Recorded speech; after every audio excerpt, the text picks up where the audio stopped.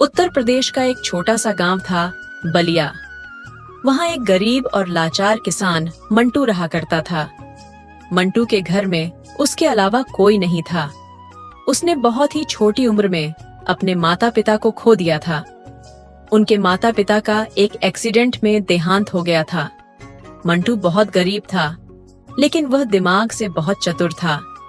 अपना पेट पालने के लिए वह लोगों के लिए काम करता और अपने छोटे से घर में रहता था। एक दिन मंटू मंगल सेठ के खेतों में काम करने जा रहा था।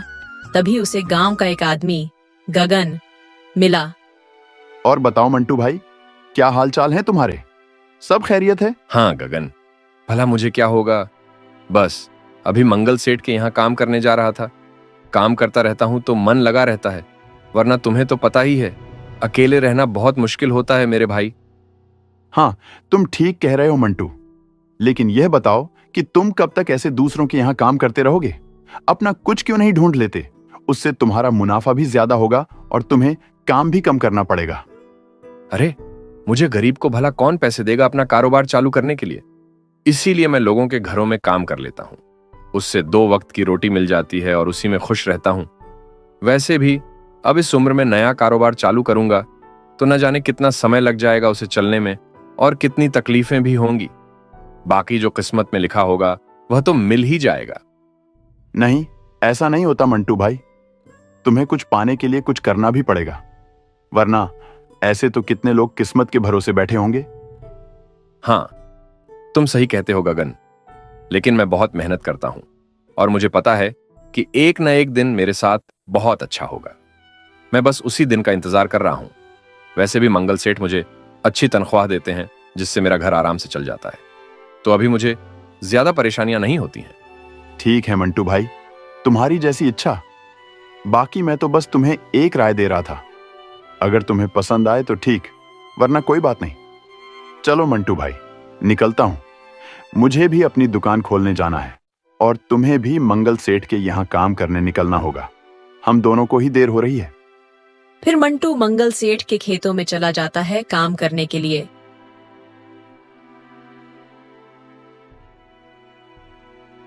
सुबह से शाम तक वह मंगल सेठ के खेतों में काम करता है। शाम को मंगल सेठ आता है, जो बहुत दुखी लग रहा होता है। क्या बात है सेठ जी, आज आपका चेहरा बहुत उदास लग रहा है। कोई परेशानी हो तो आप मुझे बता सकते हैं, मैं उसे ठीक कर सकता हूं। अरे, तुम क्या ठीक करोगे मंटू? तुम तो खुद ही अपनी जिंदगी से परेशान हो, तो भला तुम मेरी समस्या कैसे ठीक करोगे? ऐसी बात नहीं है सेठ जी, मैं अपनी जिंदगी से बहुत खुश हूं और मुझे पता है कि एक ना एक दिन मेरी जिंदगी और अच्छी हो जाएगी, क्योंकि मुझे अपनी मेहनत और ईमानदारी पर बहुत भरोसा है। अरे मंटू, तुम्हें क्या बताऊं, मेरे साथ तो इतनी परेशानियां हैं, न जाने ये परेशानियां खत्म होने का नाम ही नहीं लेती। सेठ जी, जब मैं छोटा था तब मेरे पिताजी एक बात कहकर गए थे।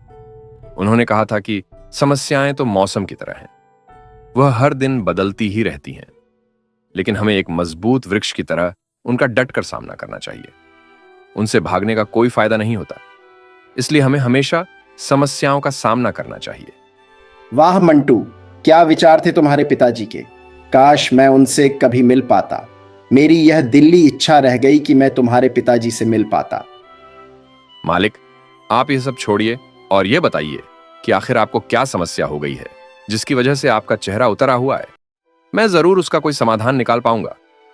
मंटू, दरअसल गांव से थोड़ा दूर मेरी एक बहुत ही उपजाऊ जमीन थी, जिसे मेरे चचेरे भाई भूषण ने हड़प लिया है। अब वह मुझे वापस नहीं कर रहा है। मैं बस इस बात को लेकर बहुत परेशान हूं, क्योंकि वह जमीन बहुत उपजाऊ है और वहां खेती करने से बहुत मुनाफा होगा। इसीलिए मेरे भाई ने वह जमीन नकली कागजों से हड़प ली है। बस इतनी सी बात के लिए आप इतना परेशान हो रहे थे? आप कोर्ट में जाकर उसके खिलाफ केस कर दीजिए, आपको अपनी जमीन वापस मिल जाएगी। मैं कोर्ट गया था, लेकिन उसकी पहचान इस गांव के विधायक से है। इसी वजह से मेरा केस रद्द हो गया और वह सारी जमीन उसको सौंप दी गई। अब जब तक कोई ठोस सबूत नहीं लाऊंगा, तब तक मुझे उस जमीन का एक भी टुकड़ा नहीं मिल पाएगा। हाँ सेठ जी, यह तो चिंता का विषय है। अब हमें इसके लिए कुछ करना ही होगा। फिर मंटू कुछ देर सोचता रहता है। थोड़ी ही देर बाद वह सेठ से कहता है, सेठ जी, मेरे दिमाग में एक कमाल की तरकीब है जिससे आपकी जमीन भी आपको वापस मिल जाएगी और किसी को कोई दिक्कत भी नहीं होगी। बस उसके लिए मुझे कुछ दिन का समय चाहिए। फिर मंटू मंगल सेठ को अपनी सारी तरकीब बताता है और यह तरकीब सुनकर मंगल सेठ कहता है, वाह मंटू, क्या कमाल की तरकीब है। अगर तुम्हारी यह तरकीब काम कर गई तो मैं तुम्हें वादा करता हूं कि मैं तुम्हारे नाम 1 एकड़ जमीन कर दूंगा, जिसमें तुम आराम से खेती करना और अपना गुजारा करना। फिर तुम्हें किसी के यहाँ काम करने की जरूरत नहीं होगी। नहीं सेठ जी, मैं ये सब जमीन के लिए नहीं कर रहा हूं।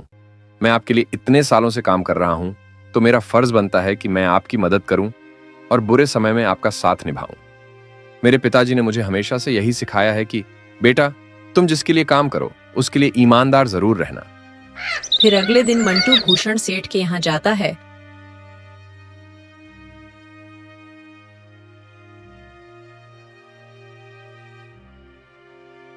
और उनसे कहता है, मालिक, क्या आपके यहाँ इस गरीब के लिए कोई काम होगा? मैं बहुत ही दूर से आया हूं आपसे काम मांगने के लिए। मैंने सुना है आपके यहाँ हर आदमी के लिए कोई ना कोई काम होता है। कौन हो तुम और यहाँ क्यों आए हो? यहाँ कोई काम नहीं है, तुम यहाँ से चले जाओ। मेरे पास अभी बहुत नौकर हैं जो मेरे लिए काम कर रहे हैं।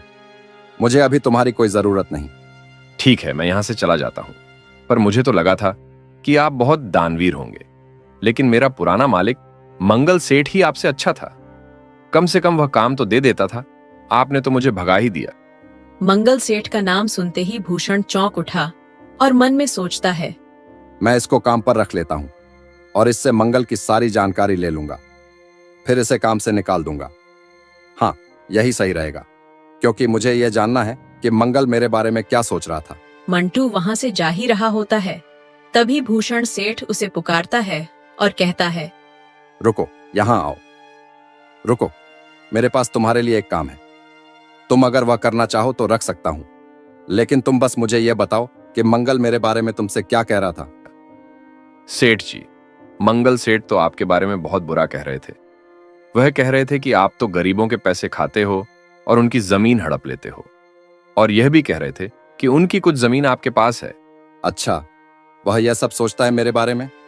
यह सब झूठ है। तुम यहाँ किसी से भी पूछ सकते हो। मैं हर आदमी को उसकी सारी पगार देता हूँ। हाँ सेठ जी, मुझे मालूम है, तभी मैं आपके पास काम करने आया था।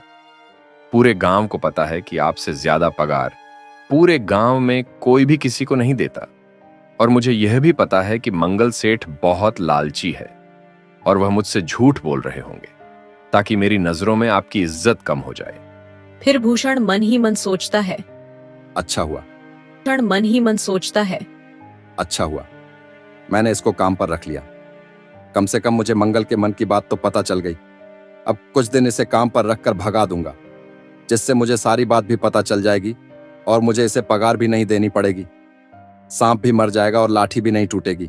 फिर भूषण मंटू से कहता है, चलो, ये सब बातें तो होती रहेंगी। अब तुम कल से काम पर आ जाना। तुम्हें सुबह से शाम तक काम करना होगा, तभी तुम्हें तुम्हारी पूरी पगार मिला करेगी। और मेरे यहाँ मन लगाकर काम करोगे तो तुम्हारा बहुत फायदा होगा।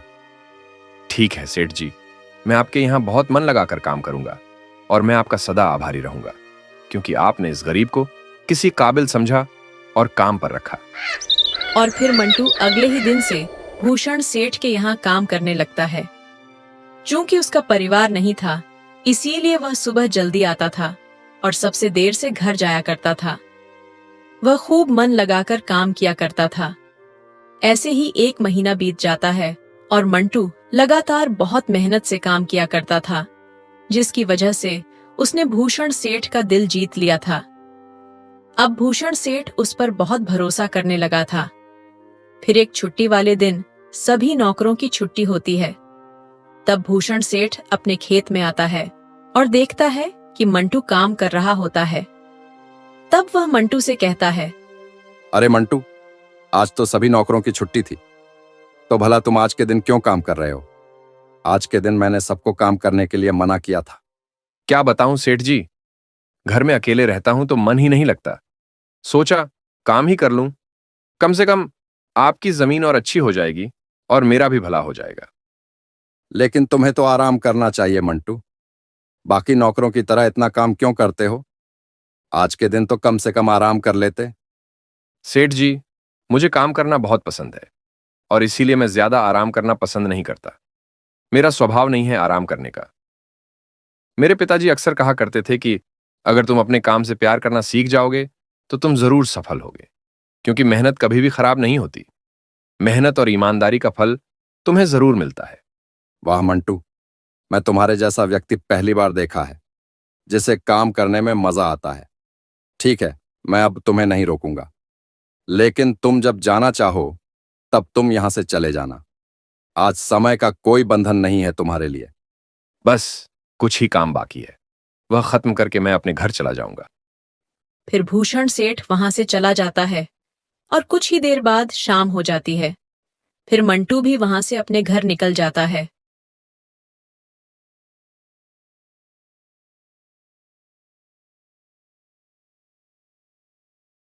अगले दिन भूषण सेठ जब खेत आकर देखते हैं तो वह चौंक जाते हैं। खेत में एक आदमी का कंकाल पड़ा होता है। हे भगवान, भला ये कंकाल किसका है और ये मेरे खेत में कैसे आ गया? अब मैं क्या करूंगा?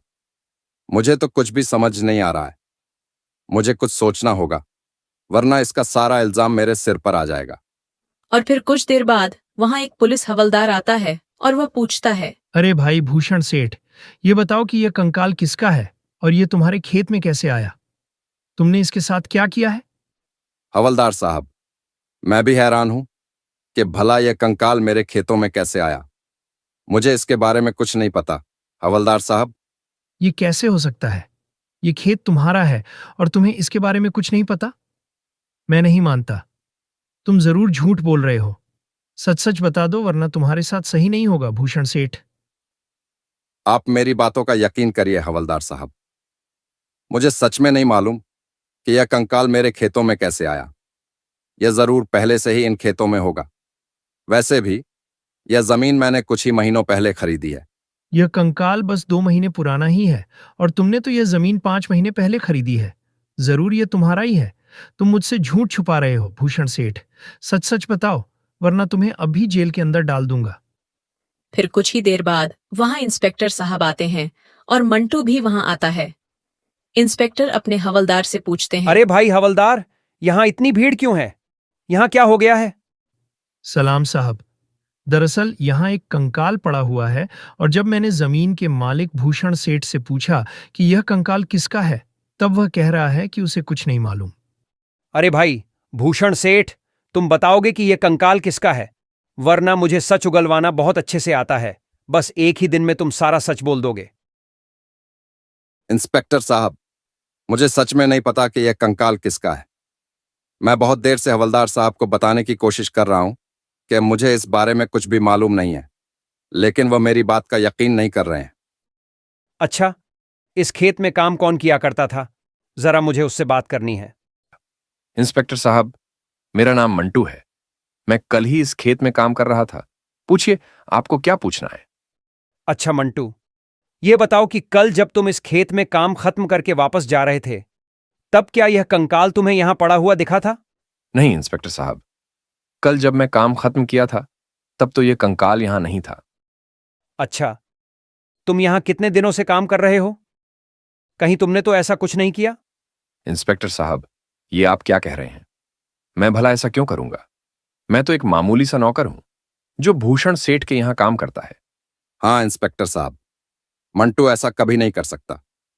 मुझे उस पर बहुत यकीन है। यह जरूर किसी और की चाल है मुझे फंसाने की। चलो, अब बातें बहुत हो चुकी हैं। अब मुझे सब सच सच बता दो, वरना भूषण, तुम्हें मेरे साथ जेल चलना होगा। इंस्पेक्टर साहब, हमें कुछ देर का समय दीजिए। हम आपको सारी बातें सच सच बता देंगे। बस मैं भूषण सेठ से कुछ बात करना चाहता हूं। ठीक है, लेकिन ज्यादा समय नहीं है मेरे पास, तो जो भी बात करनी है आपस में जल्दी करना। फिर मंटू भूषण सेठ को थोड़ा दूर ले जाकर पूछता है, मालिक, आखिर क्या बात है? आप मुझसे सच सच बता सकते हैं। मैं जरूर कोई उपाय बताऊंगा। मंटू, दरअसल ये जो जमीन है ये मेरी नहीं है, बल्कि मैंने ये अपने चचेरे भाई मंगल से छीनी थी। मुझे इस कंकाल के बारे में कुछ नहीं पता। अब मुझे समझ नहीं आ रहा है कि मैं क्या करूं। तुम ही कोई उपाय बताओ। सेठ जी, आप पुलिस वाले से सारी चीज सच सच बता दीजिए कि यह सारी जमीन मंगल सेठ की है। इससे सारा इल्जाम मंगल सेठ पर लग जाएगा और आप जेल जाने से बच जाएंगे। लेकिन इस तरह में तो मेरी सारी जमीन मुझसे छिन जाएगी, और मैं नहीं चाहता कि इतनी उपजाऊ जमीन मेरे हाथों से निकल जाए। यह जमीन मैंने बहुत मुश्किल से मंगल से छीनी थी। अरे मालिक, मुझे नहीं पता था कि आप इतने नादान होंगे। भला ये बताइए, अगर मंगल सेठ जेल में होगा तो भला उसको यह जमीन कैसे मिलेगी? अपने आप ही यह सारी जमीन आपके नाम हो जाएगी। आपको बस कुछ दिन के लिए यह जमीन मंगल सेठ के नाम करनी है। उसके बाद यह सब आप ही का रहेगा। आप बेकार में ही इतनी चिंता करते हैं। वाह मंटू, वाह! अभी तक मैं तुम्हारे बल से प्रसन्न था, लेकिन अब तो मैं तुम्हारी बुद्धि से भी प्रसन्न हो चुका हूं। तुम सच में बहुत ही चतुर और मेहनती हो। चलिए, अब आप इंस्पेक्टर के पास जाइए और उनसे 3 दिन का समय मांग लीजिए, जिससे आप जमीन के सारे कागज मंगल सेठ के नाम पर कर दीजिएगा। और फिर भूषण सेठ इंस्पेक्टर के पास जाता है और कहता है, इंस्पेक्टर साहब, दरअसल यह जमीन मेरी नहीं है। मैंने ये अपने चचेरे भाई से ली थी, और इस जमीन का मालिक वही है। उसी ने ही यह कंकाल यहां गाड़ कर रखा होगा। मैं इस कंकाल के बारे में कुछ नहीं जानता। वाह! जैसे ही तुम फंसने वाले थे, तुमने अपने ऊपर से सारा इल्जाम ही हटा लिया। मैं कैसे मान लूं कि यह जमीन मंगल सेठ की है? मुझे तो कागजी कार्यवाही चाहिए होगी, तभी मुझे विश्वास होगा कि यह जमीन मंगल सेठ की है, वरना मेरी नजरों में तुम ही दोषी हो। इंस्पेक्टर साहब, आप मुझे 3 दिन का समय दे दीजिए। मैं आपको इस जमीन के सारे कागज दिखा दूंगा। फिर तो आपको यकीन हो जाएगा ना कि यह जमीन मेरी नहीं है, और यह कंकाल भी मैंने यहां नहीं रखा। भूषण सेठ, ठीक है, 3 दिन में अगर तुम यह साबित कर दोगे कि यह जमीन तुम्हारी नहीं है, तो मैं तुम्हें छोड़ दूंगा। और फिर 3 दिन बाद भूषण चतुराई से सारे नकली कागज जला देता है और सारे असली कागज इंस्पेक्टर साहब को दे देता है। उसी दिन सभा बुलाई जाती है, जिसमें गांव के सभी लोग होते हैं। तो जैसा कि भूषण ने मुझे जमीन के कागज दिखाए हैं, उस हिसाब से यह सारी जमीन मंगल सेठ की है। तो अब दोषी मंगल सेठ है। मंगल सेठ, तुम्हें अपनी सफाई में कुछ कहना है तो तुम कह सकते हो। इंस्पेक्टर साहब, मैं मानता हूं कि यह जमीन मेरी है, लेकिन मुझे इस जमीन के बारे में कुछ नहीं पता। जरूर यह भूषण सेठ ने ही किया होगा। यह जमीन मुझसे छीनने के लिए मैं सच कह रहा हूं। मुझे इस जमीन के बारे में कुछ भी नहीं मालूम। मंगल सेठ, क्योंकि यह जमीन तुम्हारी है, इसीलिए अब तुम्हें सजा मिलेगी, क्योंकि यह कंकाल तुम्हारे ही खेतों में मिला है और इसके दोषी तुम ही होंगे। फिर वहीं खड़ा भूषण सेठ मन में सोचता है, वाह! यह मंटू की तरकीब तो काम आ गई। इसने क्या तरकीब सुनाई थी, मजा ही आ गया। अब तो सारी जमीन भी मेरी हो गई और किसी को पता भी नहीं चला। सांप भी मर गया और लाठी भी नहीं टूटी। वाह मंटू, वाह! तुम तो सच में बहुत समझदार निकले। अच्छा हुआ मैंने इस मंटू को काम पर रख लिया था। यह मेरे बहुत काम का आदमी था। फिर इंस्पेक्टर साहब मंगल सेठ को लेकर जा ही रहे होते हैं, तभी रुक मंटू जाइए वहां से इंस्पेक्टर कहता साहब। है, इसमें मंगल सेठ की कोई गलती नहीं है, बल्कि यह कंकाल मेरा है। मैंने इसे इस खेत पर रखा था। ये तुम क्या कह रहे हो मंटू? भला तुमने ऐसा क्यों किया है? और यह कंकाल किसका है? इंस्पेक्टर साहब, दरअसल यह कंकाल नकली है। मैंने जानबूझकर इसे भूषण सेठ के खेत पर रखा था, क्योंकि उन्होंने अपनी ताकत से मंगल सेठ की यह जमीन हड़पी थी। मुझे इस जमीन को छुड़ाना था। जब तक मेरे पास कोई ठोस सबूत नहीं होता, तब तक मैं यह जमीन उनसे नहीं ले पाता। अब उन्होंने खुद ही मान लिया है कि यह जमीन उनकी नहीं है, तो अब यह जमीन मंगल सेठ की हुई। मैंने मंगल सेठ से वादा किया था कि मैं उनको यह जमीन दिलाकर रहूंगा, और मैंने अपना वादा पूरा किया। मंटू, मैं तुम्हारी चतुराई से बहुत ही प्रभावित हूं। तुमने बड़ी ही चालाकी से यह जमीन उसके सही मालिक को सौंप दी। तुम जैसे लोगों पर मुझे गर्व है। इतना कहकर इंस्पेक्टर साहब वहां से चले जाते हैं। फिर भूषण सेठ मंटू से आकर कहता है, मंटू, तुमने मेरे साथ ऐसा क्यों किया? ऐसा मैंने तुम्हारा क्या बिगाड़ा था? मैंने तो तुम्हें तुम्हारे कठिन समय पर काम पर रखा था। आपने मेरा कुछ नहीं बिगाड़ा था, लेकिन आपने मेरे सेठ की जमीन चालाकी से छीनी थी, और वह इस बात से बहुत परेशान थे। तभी मैंने यह सोच लिया था कि मैं उन्हें यह जमीन वापस करके रहूंगा। रही बात आपके काम पर रखने की, तो यह सब मेरे प्लान का हिस्सा था, वरना मैं कभी भी मंगल सेठ को छोड़कर कहीं काम करने नहीं जाता। मैं तो बस चाहता था कि आपका भरोसा जीत लूं। उसके बाद मैंने जानबूझकर यह कंकाल खेत पर रख दिया था, जिससे आप डर के सारा सच खुद ब खुद बता दें। मैं जैसा चाहता था वैसा ही हुआ। मेरे पिताजी कहते थे कि मंटू बेटा, कभी भी जिसके लिए वफादार रहो उसे धोखा मत देना। बस मैंने अपने कर्तव्य का पालन किया है भूषण सेठ। मुझे माफ कर दीजिएगा, लेकिन आप यहां गलत थे। फिर भूषण सेठ वहां से गुस्सा होकर चला जाता है और मंगल सेठ मंटू के पास आता है। मंटू, मैं तुम्हारा शुक्रिया अदा कैसे करूंगा? तुमने जो मेरे लिए किया है वह कोई अपना भी नहीं करता। तुम मेरे लिए बहुत खास हो। अब जैसा मैंने तुमसे वादा किया था, मेरी वह जमीन जिसमें तुम उस दिन काम कर रहे थे अब तुम्हारी हुई। तुम जाओ और खूब मेहनत करो और मुनाफा कमाओ, क्योंकि तुम मेरे लिए एक परिवार जैसे हो। मालिक, भला इसकी क्या जरूरत थी? मैंने तो बस अपने कर्तव्य का पालन किया है। मैंने आपसे वादा किया था कि आपकी यह जमीन आपको लौटा कर रहूंगा। मैं बस अपना वादा निभाया है। आपको कोई जरूरत नहीं है मुझे जमीन देने की। मंटू, तुमने जो कहा था तुमने वह करके दिखाया। अब बारी मेरी है, और तुम यह मत समझो कि मैं तुम्हें यह जमीन मुफ्त में दे रहा हूं। यह तुम्हारी चालाकी और बुद्धिमानी का नतीजा है। और तुम हमेशा कहा करते थे ना कि तुम्हारी मेहनत होशियारी रंग लाएगी। आज वह दिन है। मंटू, मैं तुमसे बहुत प्रसन्न हूं, क्योंकि तुम जैसा इंसान बहुत कम होते हैं, और बस इसीलिए मैं तुम्हें यह जमीन देना चाहता हूं। मालिक, भला इसकी क्या जरूरत है? आपने मेरे बारे में इतना सोचा, यही मेरे लिए बहुत है। माँ पिताजी के जाने के बाद मुझे लगता था कि अब मेरा कोई परिवार नहीं है, लेकिन आप मुझे इतना चाहते हैं, मैं यही सोच के खुश हूं। मुझे और किसी की भी जरूरत नहीं है, ना जमीन की और ना पैसों की। धन्यवाद आपका, आपने मेरे लिए इतना सोचा। मेरे लिए यही बहुत बड़ी बात है। मंटू, मैं तुम्हारे पिताजी के उम्र का हूं, और अब तुम मेरी बातों का अपमान मत करो और चुपचाप यह जमीन रख लो। मैं जानता हूं कि तुम बिल्कुल भी लालची नहीं हो, लेकिन यह मैं अपनी इच्छा से देना चाहता हूं, क्योंकि तुम मेरे बेटे जैसे हो। मंटू, और आगे भी अगर तुम्हें कोई भी जरूरत होगी तो मैं हमेशा तुम्हारी मदद के लिए खड़ा रहूंगा।